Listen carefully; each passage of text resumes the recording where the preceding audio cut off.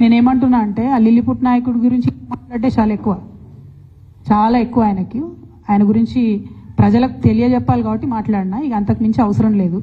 ఆ విషయంలో టైంకి ఖచ్చితంగా పార్టీ అధిష్టానం స్పందిస్తుందని చెప్పి నేను భావిస్తున్నాను. Thank you. Exactly, thank you. CM Ramesh గారు ఎందుకు మాట్లాడారో నాకు తెలియదు. సీఎం రమేష్ గారిని మాట్లాడించడానికే ఈ లేఖ లీక్ చేసిందేమో కూడా నాకు తెలియదు. ఇవన్నీ కంబైన్డ్ అయి ఉండొచ్చు. సీఎం రమేష్ గారు నాకు తెలిసినటువంటి వ్యక్తే కానీ ఈ ఒక 5-6 ఏళ్లలో ఆయనతో పెద్ద నేను మాట్లాడింది కూడా లేదు. సో ఆయనంతటా ఆయన బయటకు వచ్చి చెప్పిండు అని అంటే దీనికి నా లెటర్ లీక్ అవ్వడానికి వెనక కూడా ఏదో అవినాభావ సంబంధం ఉందని నేను భావించే పరిస్థితి వస్తుంది. నా దగ్గర ప్రత్యక్షంగా సమాచారం లేదు ఆ విషయంలో. కాకపోతే ఆయన మాట్లాడడానికి ఆధారం ఆ లేఖలోంచి తీసుకున్నారు కాబట్టి ఈ లింక్ ఏదో ఉంది అని చెప్పి నేను భావిస్తున్నాను. Thank you.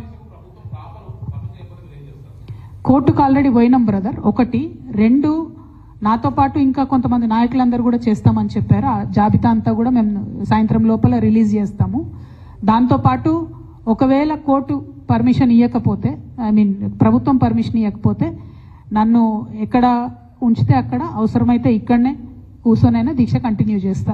అందులో ఏం అనుమానం లేదు.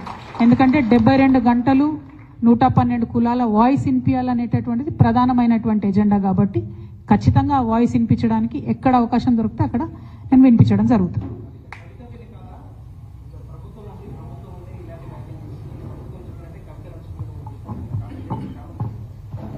నేను అదే అంటున్నానే, మ్యాచ్ ఫిక్సింగ్ వాళ్ళకు అలవాటు, ఉద్యమంలో ద్రోహం చేసింది వాళ్ళకు అలవాటు. మేము ఉద్యమాలు చేసి బతుకమ్మలు ఎత్తుకొని పోతుంటే ఆనాడు మమ్మల్ని బంధించింది వాళ్ళు.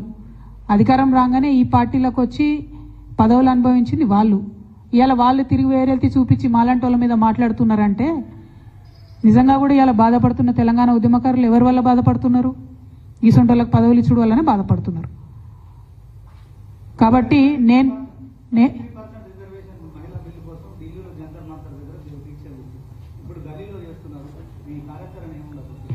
33% మహిళా బిల్లు కోసం దీక్ష చేసింది అది నేషనల్ పార్లమెంట్ అండ్ అసెంబ్లీస్లో కావాలని చేసినాం కాబట్టి ఆనాడు ఢిల్లీలో చేసినామండి.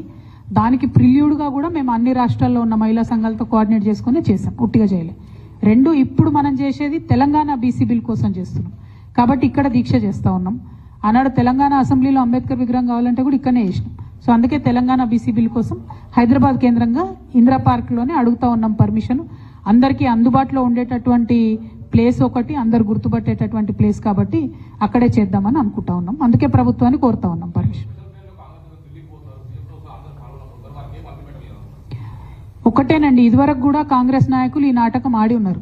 సో రెండోసారి నాటకాన్ని ప్రజలు నమ్మరు. 1, 2 మీరు కాంగ్రెస్ వాళ్ళందరూ అక్కడికి పోతే, లాస్ట్ టైం అయితే కనీసం రాహుల్ గాంధీ గారు రాను కూడా రాలేదు.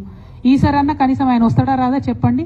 ఆయన రాకపోతే అసలు మరి ఆయన బీసీలను, తెలంగాణ బీసీలను అవమానించినట్టుగానే భావించాల్సి వస్తుంది. 3వ అంశం, మీరు వెళ్తే ముఖ్యమంత్రి హోదాలో మీరు వెళ్తే మీరు మీ పెద్ద నాయకులు పార్లమెంట్లో మాట్లాడాలి. ఇంతవరకు ఒక్క గాంధీ కూడా, రాహుల్ గాంధీ గారు కానీ, ప్రియాంక గాంధీ గారు కానీ, సోనియా గాంధీ గారు, ఒక్క గాంధీ కూడా పార్లమెంట్లో తెలంగాణ బీసీల గురించి మాట్లాడలేదు. ఎందుకు కాంగ్రెస్ పార్టీ సోనియా గాంధీ గారు అడిగితే ప్రెసిడెంట్ ఆఫ్ ఇండియా అపాయింట్మెంట్ ఇవ్వరా అండి? ఎందుకు అడుగుతలేదు కాంగ్రెస్ పార్టీ? మల్లికార్జున ఖర్గే గారు అడిగితే ఇవ్వరా అపాయింట్మెంట్? ప్రెసిడెంట్ గారిని మీరు అపాయింట్మెంట్ అడిగి వారిని ఒత్తిడి చేయండి. బిల్లు మీ దగ్గర పెండింగ్ ఉంది, మీకు ఇచ్చి ఇస్తున్నటువంటి కార్యక్రమానికి ఒత్తిడి చేయండి. ప్రభుత్వం ఇప్పటి వరకు కూడా పర్మిషన్ విషయంలో లంచ్ మోషన్లో కోర్టు అవకాశం ఇచ్చింది కాబట్టి మరి కోర్టు అన్నా కనీసం మా పక్షాన నిలబడుతుందని మేము భావిస్తాం. ఎందుకంటే తెలంగాణ జాగృతి బ్యాక్గ్రౌండ్ మీరు చెక్ చేస్తే బీసీ మేధావుల 13 సంవత్సరాల అనేక మంది న్యాయం అంబేద్కర్ గారి విగ్రహం అసెంబ్లీలో పెట్టాలని 48 గంటలు దీక్ష చేసినటువంటి సందర్భాన్ని కూడా ఈ దీక్ష మీరు గమనించాలి. అదే విధంగా ఎప్పుడు తెలంగాణ జాగృతి పక్షాన ఏ కార్యక్రమం శాంతియుతంగా చేసినాం. ఇక్కడ కూడా ప్రభుత్వం గాని కోర్టు గాని ఇచ్చినటువంటి గైడ్ లైన్స్ ని